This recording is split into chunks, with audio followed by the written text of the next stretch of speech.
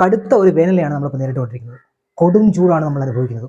39 degree Celsius ആണ് സംസ്ഥാനത്തിന്റെ പല ഭാഗത്തും രേഖപ്പെടുത്തിയിരിക്കുന്ന ചൂട്. ഇടയ്ക്ക് ചില വേനൽ മഴ അവിടെ എവിടെയും കിട്ടിയെങ്കിലും അനുഭവിക്കുന്ന ചൂട് വെച്ച് നോക്കുമ്പോൾ ആ കിട്ടിയത് വലിയ ആശ്വാസമൊന്നുമല്ല. എൽ നീനിയോ എന്ന ആഗോള പ്രതിഭാസമാണ് നമ്മളിപ്പോൾ അനുഭവിച്ചുകൊണ്ടിരിക്കുന്ന ഈ കൊടും ചൂടിനും വരൾച്ചയ്ക്കും പിന്നിലെന്ന് നിങ്ങൾ പലരും കേട്ടിട്ടുണ്ടാവും. എന്താണ് എൽ നീനിയോ എന്നും അതുണ്ടാക്കുന്ന പ്രത്യാഘാതം എന്താണെന്നും നമ്മൾ മുമ്പ് ഒരു വീഡിയോ ചെയ്തിട്ടുണ്ട്. നമ്മുടെ ചാനലിൽ അതുണ്ട്, അതുകൊണ്ടൊന്ന് കാണാൻ ശ്രമിക്കുക. ഇതിപ്പോൾ മാർച്ച് മാസം അവസാനമായിട്ടേ ഉള്ളൂ. വേനലിന് ശമനമൊന്നും ആയിട്ടില്ല. കാരണം ഏപ്രിൽ മെയ് എന്ന മാസങ്ങൾ ഇനിയും കിടക്കുന്നുണ്ട്. മഴ പെയ്യണമെങ്കിൽ മെയ് മാസം അവസാനമോ അല്ലെങ്കിൽ ജൂൺ ആദ്യമോ ആവും. ഇതിനിടയ്ക്ക് ആശ്വാസകരമായ ഒരു വാർത്ത പുറത്തു വന്നിട്ടുണ്ട്. കേരളത്തിൽ ഇത്തവണത്തെ മഴക്കാലം പതിവിലും കൂടുതൽ ശക്തമാവാനാണ് സാധ്യത എന്നതാണ് ആ വാർത്ത. കാരണം എൽ നീനിയോയുടെ എതിർ പ്രതിഭാസമായ ലാ നീനിയ ആണ് ഇനി വരാൻ പോകുന്നത്.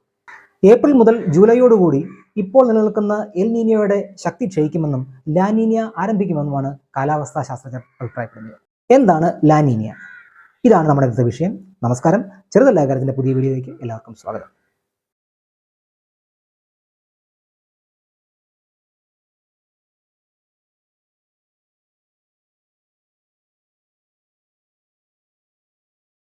ലാ നീനിയ എങ്ങനെയാണ് ഉണ്ടാകുന്നത് എന്ന് നോക്കാം.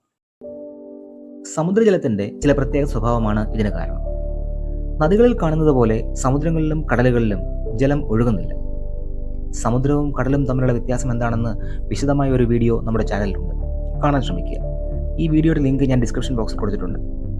പറഞ്ഞു വരുന്നത്, ജലം ഒഴുകുന്നില്ല എങ്കിലും സമുദ്രങ്ങളിൽ അതിശക്തമായ ജലപ്രവാഹങ്ങളുണ്ട്.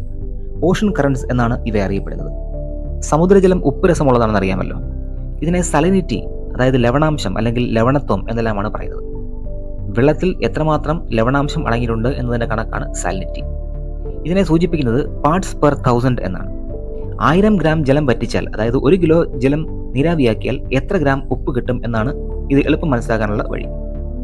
ലോകത്തിൽ അങ്ങോളം ഇങ്ങോളമുള്ള സമുദ്രത്തിൽ ആവറേജ് സാലിനിറ്റി 35 പാർട്സ് പെർ 1000 ആണ്. അതായത് 1000 ഗ്രാം കടൽ ജലം വറ്റിച്ചാൽ 35 ഗ്രാം ഉപ്പ് കിട്ടും എന്നർത്ഥം. പല കടലുകളിലും സമുദ്രങ്ങളിലുമായി ഒരേ സമുദ്രത്തിൽ തന്നെ പല ഭാഗങ്ങളിലും സാലിനിറ്റിക്ക് മാറ്റമുണ്ടാവും. സമുദ്രജലത്തിന്റെ ലവണത്വം, സാന്ദ്രത, താപം, അതോടൊപ്പം കാറ്റ് എന്നിവയെല്ലാം ചേർന്ന് ഒരു വലിയ മാസ് ഓഫ് വാട്ടറിനെ ഒരിടത്തു നിന്ന് മറ്റൊരിടത്തേക്ക് നീക്കുന്നതിനെയാണ് ഓഷൻ കറണ്ട് എന്ന് പറയുന്നത്. താപവ്യത്യാസം അനുസരിച്ച് ഇവയെ ഉഷ്ണജലപ്രവാഹമെന്നും ശീതജലപ്രവാഹമെന്നും തരംതിരിച്ചിട്ടുണ്ട്. തെക്കേ അമേരിക്കൻ ഭൂഖണ്ഡത്തിന്റെ പടിഞ്ഞാറൻ ഭാഗമായ പെറു എന്ന രാജ്യത്തിന്റെ തീരപ്രദേശങ്ങളിൽ സമുദ്രത്തിലുണ്ടാകുന്ന ചില അസ്വാഭാവികതകളാണ് എൽ നീനിയോ ഉണ്ടാവാൻ കാരണം. ഇത് മനസ്സിലാക്കാൻ ഈ ഭാഗത്തെ സ്വാഭാവിക അവസ്ഥ, നോർമൽ അവസ്ഥ എന്താണെന്ന് ആദ്യം അറിയണം. ട്രോപ്പിക്കൽ റീജിയന്റെ 30 ഡിഗ്രി തെക്കും വടക്കുമായ ലാറ്റിറ്റ്യൂഡിനെ വിളിക്കുന്ന പേരാണ് ഹോഴ്സ് ലാറ്റിറ്റ്യൂഡ്. ഈ ഭാഗത്ത് കാണപ്പെടുന്ന കാറ്റാണ് ട്രേഡ് വിൻഡ്. നോർത്ത് ഈസ്റ്റർലിയും സൗത്ത് ഈസ്റ്റർലിയും ഇതിന് ഉദാഹരണങ്ങളാണ്. ട്രേഡ് വിൻഡ് എങ്ങനെ ഉണ്ടാകുന്നു എന്ന് നമുക്ക് മറ്റൊരു വീഡിയോയിൽ വിശദമാക്കാം. കിഴക്ക് നിന്നും പടിഞ്ഞാറോട്ട് നീങ്ങുന്ന ട്രേഡ് വിൻഡ് കാരണം ശാന്തസമുദ്രത്തിന്റെ വിസ്തൃതമായ ഭാഗത്ത് സമുദ്രത്തിന്റെ ഉപരിതലത്തിലെ ചൂടുജലം പടിഞ്ഞാട്ട് നീങ്ങാനിടയാകും. ഇത് കാരണം ഏഷ്യയുടെയും ഓസ്ട്രേലിയയുടെയും ഭാഗത്ത് സമുദ്രജലം ചൂടുപിടിക്കുന്നു. ഈ കാരണം കൊണ്ട് ഈ ഭാഗത്തെ അറ്റ്മോസ്ഫിയറിക് പ്രഷർ ലോ ആയിരിക്കും. ഇതേ സമയത്ത് തെക്കേ അമേരിക്കയുടെ പടിഞ്ഞാറൻ ഭാഗത്ത് പെറു എന്ന രാജ്യത്തോട് ചേർന്ന് സമുദ്രത്തിന്റെ അടിത്തട്ടിൽ നിന്ന് തണുത്ത ജലം മുകളിലേക്ക് വരും. ഇതിനെ upwelling എന്നാണ് പറയുക. പസഫിക് സമുദ്രത്തിൽ കിഴക്കും പടിഞ്ഞാറുമായി ഒരു താപവ്യത്യാസം ഉണ്ടാവാൻ ഇത് കാരണമാകുന്നു. പടിഞ്ഞാറ് ഭാഗം ചൂടുള്ളതും കിഴക്കൻ ഭാഗം തണുത്ത ജലം കൊണ്ടും നിറയുന്നു. ഇത് ഓസ്ട്രേലിയയുടെയും ഏഷ്യയുടെയും ഭാഗങ്ങളിലും കൂടുതൽ നീരാവി ഉണ്ടാകുന്നതിനും മഴ ലഭിക്കുന്നതിനും കാരണമാകുന്നുണ്ട്. ഏഷ്യയുടെയും ഓസ്ട്രേലിയയുടെയും ഭാഗത്ത് അന്തരീക്ഷമർദ്ദം കുറയുന്നത് ഇന്ത്യൻ തീരത്തെ മൺസൂൺ കാറ്റിനെ ശക്തിപ്പെടുത്തുകയും ഇന്ത്യൻ സബ് കോണ്ടിനെന്റിൽ മഴ ലഭിക്കുകയും ചെയ്യും. ഇതേസമയം പെറു തീരത്ത് അപ്വെല്ലിങ്ങിന്റെ ഫലമായി അടിത്തട്ടിൽ നിന്നും കൂടുതൽ ന്യൂട്രിയൻസ്, പോഷണങ്ങൾ ഉപരിതലത്തിൽ എത്തും. ഇത് പ്ലാങ്ടൺ വളർച്ചയ്ക്ക് കാരണമാവുകയും പെറുവിന്റെ തീരപ്രദേശങ്ങളിൽ കൂടുതൽ മത്സ്യവളർച്ചയ്ക്കും ലഭ്യതയ്ക്കും ഇടയാക്കുകയും ചെയ്യും. ഇതാണ് സ്വാഭാവികമായ കാലാവസ്ഥയിൽ നടക്കുന്ന സംഗതികൾ. എന്നാൽ ചില സമയങ്ങളിൽ ട്രേഡ് വിൻഡ് സാധാരണയിലും ശക്തമാവും. ഇങ്ങനെ വരുമ്പോൾ ശാന്തസമുദ്രത്തിന്റെ ഭൂമധ്യരേഖാ പ്രദേശത്ത് ചൂട് ജലത്തെ ഇത് വീണ്ടും ശക്തിയായി പടിഞ്ഞാറേക്ക് തള്ളും. പടിഞ്ഞാറൻ പസഫിക്കിൽ ഓസ്ട്രേലിയയുടെയും ഏഷ്യയുടെയും ഭാഗത്ത് കൂടുതൽ ചൂടുജലം എത്തുകയും വലിയ തോതിൽ അന്തരീക്ഷമർദ്ദം കുറയുകയും ചെയ്യും. ഈ സമയം ഇന്ത്യൻ മൺസൂൺ കാറ്റ് കൂടുതൽ ശക്തമാവുന്നതുകൊണ്ട് ഇന്ത്യൻ ഉപദ്വീപിൽ സാധാരണയിലും ശക്തമായ അധികമായ മഴ ലഭിക്കുകയും ചെയ്യും. ഇതോടനുബന്ധിച്ച് പെറു എന്ന രാജ്യത്തിന്റെ ഭാഗങ്ങളിൽ അന്തരീക്ഷമർദ്ദം കൂടുകയും കൂടുതൽ ശക്തമായ അപ്വെല്ലിങ്ങിന് ഇടയാവുകയും ചെയ്യും. ശക്തമായ അപ്വെല്ലിംഗ് ഉണ്ടാകുമ്പോൾ വലിയ അളവിൽ അടിത്തട്ടിൽ നിന്ന് ന്യൂട്രിയൻസ് മുകളിലേക്ക് വരികയും ഇത് പ്ലാങ്ടൺ വളർച്ച കൂട്ടുകയും ചെയ്യും. പ്ലാങ്ടൺ വളർച്ച കൂടുന്നതനുസരിച്ച് മത്സ്യവളർച്ചയും മത്സ്യലഭ്യതയും കൂടുകയും ചെയ്യും. ഇതിന്റെ എതിർ പ്രതിഭാസമാണ് എൽ നീനിയോ. ഇതെങ്ങനെയാണ് സംഭവിക്കുന്നത് നോക്കാം.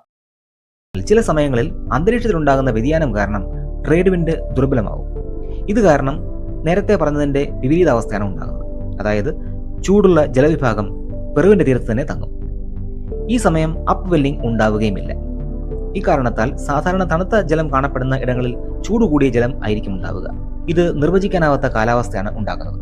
ഭൂമധ്യരേഖ പ്രദേശങ്ങളിലെ മഴയെയും കാറ്റിനെയും ഇത് ബാധിക്കും. ആഗോളതലത്തിൽ തന്നെ വലിയ കാലാവസ്ഥാ മാറ്റത്തിന് ഇത് വഴിവെക്കും. ഇതിന്റെ ആദ്യത്തെ പ്രത്യാഘാതം പെറു തീരത്തുള്ള മത്സ്യലഭ്യത കുറയുമെന്നുള്ളതാണ്. കാരണം അപ്വെല്ലിംഗ് നടക്കുന്നില്ല, ന്യൂട്രിയൻസ് എത്തുന്നില്ല. അതുകൊണ്ട് തന്നെ പ്ലാങ്ക്ടണുകളുടെ വളർച്ച ഉണ്ടാവുകയില്ല, മത്സ്യ വളർച്ചയും ലഭ്യതയും കുറയുകയും ചെയ്യും. തെക്കേ അമേരിക്കൻ ഭൂഖണ്ഡത്തിലുള്ള ചില രാജ്യങ്ങളിൽ ഇത് കനത്ത പേമാരിയും വെള്ളപ്പൊക്കവും ഉണ്ടാകുന്നുണ്ട്. അന്തരീക്ഷമർദ്ദം താഴാത്തതുകൊണ്ട് ഏഷ്യയുടെയും ഓസ്ട്രേലിയയുടെയും ഭാഗങ്ങളിൽ മഴമേഘങ്ങൾ രൂപപ്പെടുകയില്ല. ഇത് ഇന്ത്യ, ബ്രസീൽ, ഇന്തോനേഷ്യ തുടങ്ങിയ രാജ്യങ്ങളിൽ വരൾച്ചയുണ്ടാക്കുന്നതിന് കാരണമാകും. ചില സന്ദർഭങ്ങളിൽ ഏഷ്യൻ രാജ്യങ്ങളിൽ ഉഷ്ണക്കാറ്റിനും ഓസ്ട്രേലിയ തുടങ്ങിയ രാജ്യങ്ങളിൽ കാട്ടുതീക്കും കാരണമാവാം. ട്രേഡ് വിൻഡിന്റെ ശക്തി കുറഞ്ഞ് എൽ നീനിയോ ഉണ്ടാകുമ്പോൾ പസഫിക് ജെറ്റ് സ്ട്രീം എന്ന വായുപ്രവാഹം അതിന്റെ നോർമൽ പൊസിഷനിൽ നിന്ന് തെക്കോട്ട് നീങ്ങാൻ കാരണമാകും. ഇതുമൂലം അമേരിക്കയുടെയും കാനഡയുടെയും വടക്കൻ ഭാഗത്ത് ഉയർന്ന ചൂടും അമേരിക്കയുടെ തെക്കൻ രാജ്യങ്ങളിൽ അതിശക്തമായ മഴയും വെള്ളപ്പൊക്കവും ഉണ്ടാവാൻ കാരണമാകും. ലോകത്തിൽ എവിടെയാണെങ്കിലും എൽ നീനിയോ മനുഷ്യനെ നേരിട്ടോ പാരിസ്ഥിതികമായോ ഇനി സാമൂഹിക സാമ്പത്തിക പ്രതിസന്ധി ഉണ്ടാക്കിക്കൊണ്ടോ ബാധിക്കാൻ പ്രാപ്തിയുള്ളതാണ്. 1600കളിൽ തെക്കേ അമേരിക്കൻ തീരത്തെ മത്സ്യബന്ധന തൊഴിലാളികളാണ് ആദ്യമായി ഈ പ്രതിഭാസം ശ്രദ്ധിച്ചത്. സമുദ്രജലം ചൂടുപിടിക്കുന്ന ഈ പ്രതിഭാസത്തിന്റെ മൂർധന്യം ഡിസംബർ മാസം ആയതിനാൽ ഇവർ ഇതിന് എൽ നീനിയോ ഡി നാവിഡാദ് എന്ന് പേരിട്ടു. ഇത് സ്പാനിഷ് ഭാഷയാണ്. എൽ നീനിയോ എന്നാൽ ലിറ്റിൽ ബോയ്, ചെറിയ ആൺകുട്ടി എന്നർത്ഥം. നാവിഡാദ് എന്നാൽ ക്രിസ്മസ് എന്നുമാണ്. ക്രിസ്മസ് സമയത്ത് എത്തുന്ന ചെറിയ ആൺകുട്ടി എന്ന അർത്ഥത്തിൽ ജീസസ് ക്രൈസ്റ്റ് എന്നൊരർത്ഥവും കൂടി ഇതിന് കൽപ്പിച്ചിട്ടുണ്ടായിരുന്നു. വ്യാപകമായി ഇപ്പോൾ ഇതറിയപ്പെടുന്നത് ചുരുക്കപ്പേരായ എൽ നീനിയോ എന്നാണ്. 2 മുതൽ 7 വർഷത്തെ ഇടവേളകളിലാണ് എൽ നീനിയോ ഉണ്ടാവുന്നത്. ഒരു എൽ നീനിയോ 9 മുതൽ 12 മാസം വരെ നീണ്ടു നിൽക്കുകയും ചെയ്യും. 1930കളിൽ സർ ഗിൽബർട്ട് വാക്കർ ആണ് ഭൂമധ്യരേഖാ പ്രദേശത്ത് വർഷാവർഷം ഉണ്ടാകുന്ന കാലാവസ്ഥാ മാറ്റത്തെപ്പറ്റി ആദ്യമായി പഠിക്കുന്നതും ഇതിനെ സതേൺ ഓസിലേഷൻ എന്ന് വിളിക്കുന്നതും. ഒരു നിയതമായ സമയത്തിൽ തുടരെ സംഭവിക്കുന്ന ഒരു ഇവന്റിനെയാണ് ഓസിലേഷൻ, ആന്തോളനം എന്ന് പറയുന്നത്. പിന്നീട് 1980കളിൽ സതേൺ ഓസിലേഷനും എൽ നീനിയോയും അനുബന്ധമായാണ് ഉണ്ടാവുന്നത് എന്ന് തിരിച്ചറിയുകയും ഇതിന് എൻസോ, എൽ നീനിയോ സതേൺ ഓസിലേഷൻ എന്ന് പേരിടുകയുമായിരുന്നു. എൽ നീനിയോ എന്നത് എൻസോയുടെ ഒരു മുഖമാണെന്ന് ചിന്തിച്ചാൽ ഇതിന് ഒരു വിപരീത ഘട്ടം കൂടിയുണ്ട്. ലാ നീനിയ, ലിറ്റിൽ ഗേൾ, ചെറിയ പെൺകുട്ടി എന്നാണ് ഇതിന്റെ അർത്ഥം. ഇതും ഒരു സ്പാനിഷ് വാക്കാണ്. എൻസോയുടെ സ്വഭാവം ഇതൊക്കെയാണെങ്കിലും ഓരോ എൽ നീനിയോയും വ്യത്യസ്തമായതുകൊണ്ട് ഇതിന്റെ പ്രത്യാഘാതവും വ്യത്യസ്തമായിരിക്കും. പഠനങ്ങൾ അനുസരിച്ച് എൽ നീനിയോയുടെയും ലാ നീനിയയുടെയും ആവറേജ് ദൈർഘ്യം എന്ന് പറയുന്നത് 1 മുതൽ 7 വർഷങ്ങൾ വരെയാണ്.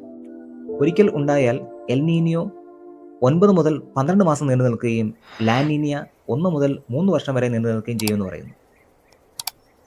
വിശദമായ പഠനത്തിന്റെയും ഡേറ്റയുടെയും അടിസ്ഥാനത്തിൽ ലാ നീനിയയേക്കാൾ കൂടുതൽ ആവൃത്തിയിൽ ഉണ്ടാകുന്നത് എൽ നീനിയോ ആണെന്ന് തെളിവുകളുണ്ട്. വർഷം 2000 മുതൽ ഇങ്ങോട്ട് 2002, 2003, 2004, 5, 2006, 7, 2009, 10, 2014, 16, 2018, 19 എന്നീ വർഷങ്ങളിൽ എൽ നീനോ സംഭവിച്ചതായി പഠനങ്ങൾ പറയുന്നു. ഇപ്പോഴും ലോകം ഒരു എൽ നീനോ സൈക്കിളിലാണ്. 2023 തുടങ്ങി 2024 മാർച്ച് മുതൽ മെയ് വരെ ഇതിന്റെ കാലഘട്ടം നീളുമെന്ന് പറയുന്നു. ഇപ്പോൾ നടന്നുകൊണ്ടിരിക്കുന്ന ഈ എൻസോ 2024 ജൂണോടുകൂടി ശക്തി ക്ഷയിക്കുമെന്നും അതിനുശേഷം ഒരു ന്യൂട്രൽ കണ്ടീഷനിലെത്തിയിട്ട് ജൂലൈ സെപ്റ്റംബറോടുകൂടി ലാനിന ആരംഭിക്കുമെന്നുമാണ് പഠനങ്ങൾ പറയുന്നത്. ഇപ്പോൾ നമ്മൾ ഈ പറഞ്ഞതെല്ലാം സ്റ്റാറ്റിസ്റ്റിക്കൽ മോഡൽ ഉപയോഗിച്ചുള്ള പഠനത്തിന്റെ ഒരു പ്രവചനമാണ് കേട്ടോ. ഇത് 100% കൃത്യമാവണം നിർബന്ധമില്ല. കാരണം എൽ നീനിയോയുടെയും ലാ നീനിയയുടെയും ആവർത്തനങ്ങളും ഫലങ്ങളും എപ്പോഴും ഒരുപോലെയല്ല. മറ്റു വിഷയവുമായി അടുത്ത വീഡിയോയിൽ നമുക്ക് വീണ്ടും കാണാം.